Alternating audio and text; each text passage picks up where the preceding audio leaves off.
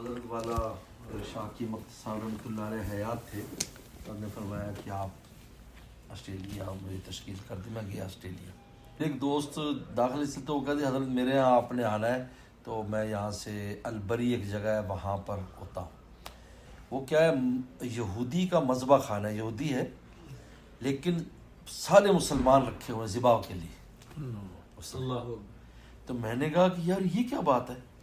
وہ کہتے اس لیے کہ تمام مسلمان ملکوں میں جاتا ہے, انڈونیشیا سے لے کر اور عرب اور یو ای تک ہمارا مال جاتا ہے, ایران تک جاتا ہے. تو وہ ان کے جو آدمی آتے ہیں, علماء آتے ہیں, وہ پہلے یہ دیکھتے ہیں ذبح کرنے والے کون ہیں, حالانکہ یہودی ہے بیچنے والا.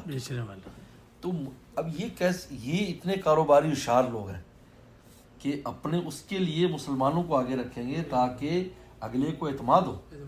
بلکہ اس نے یہاں تک بتایا کہ ایران سے جو لوگ آتے ہیں, ایران کا چونکہ ان کا یہ عقیدہ ہے کہ اگر گردن کٹ جائے نا جی, الگ ہو جائے, تو وہ اس کو حرام قرار دے دیتے ہیں. ان کے اس میں یہ ہمارے یہاں تو رکھے نا اگر گردن کٹ, تو اس کے باوجود وہ آ کر اس کی بھی ہم پر پابندی کراتے ہیں کہ ہمارے جو آپ نے گوشت بھیجنا ایران میں, اس میں اگر گردن کسی طرح اگر اس کی کٹ گئی تو آپ نے وہ نہیں بھیجنا, وہ پھر ہم الگ کر دیتے ہیں اس کو.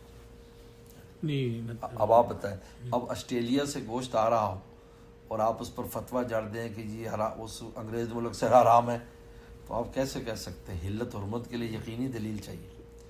اس سے حضرت مفتی تقی صاحب دام برکاتہم نے یہی فرمایا, ہم اس کے حرام ہونے کا فتویٰ نہیں دے سکتے. ہم نے خود فرمایا, اور یہ البلاغ میں شائع ہوا جس کی فوٹو کاپی میں نے رکھی ہوئی ہے.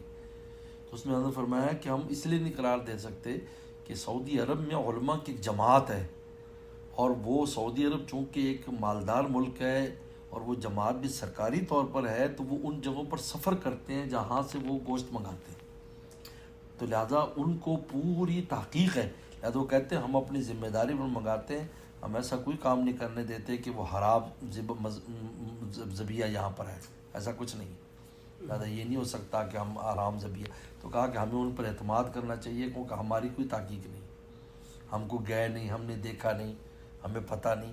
اور وہ ایک دوسرا ایک عالم مسلمان ملک کا ذمہ دار بتا رہا ہے کہ جی ہم تحقیق کرتے ہیں, بغیر اس کے ہم سرٹیفکیٹ جاری نہیں کرتے. جیسے کہ ہم اس کے حرام ہونے کا, پھر یہ لکھا اگر کسی کا دل نہیں مانتا تو نہ کھائے, لیکن حرام قرار نہیں دے سکتے.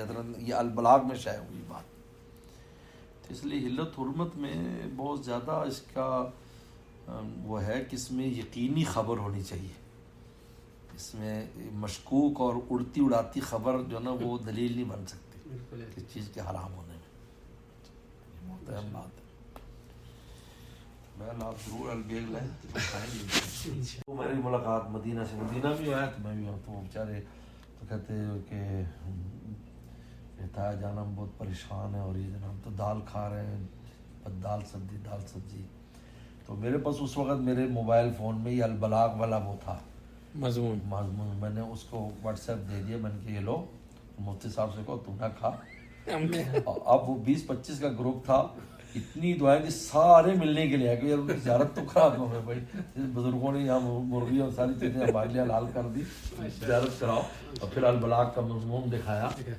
دیکھو بھی البلاغ تازہ ہی آیا تھا کچھ دن پہلے, وہ میں واٹس ایپ کیا ہوا تو اس کا, وہ جناب بڑے خوش ہوئے بہت. انہوں نے کہا کہ ماشاء اللہ جی آپ نے تو, میں نے کہا ایسی کوئی بات نہیں ہے, بلا وجہ انہیں سمجھنا چاہیے.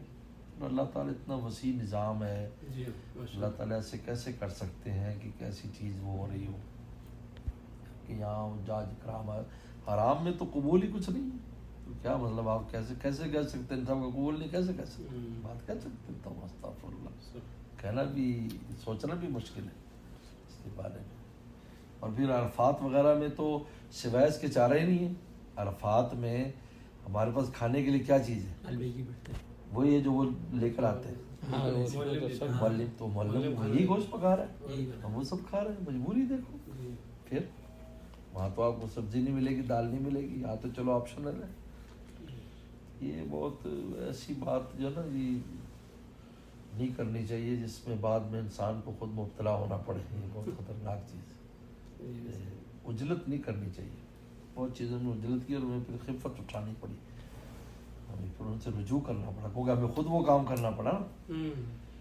اب اب حج عمرے کے لیے جا رہے ہیں، سارے نے کورونا بھی لگوایا، 3 انجیکشن لگوایا اور سرٹیفکیٹ لیے، پھر جا کر سفر کرنا ہوا۔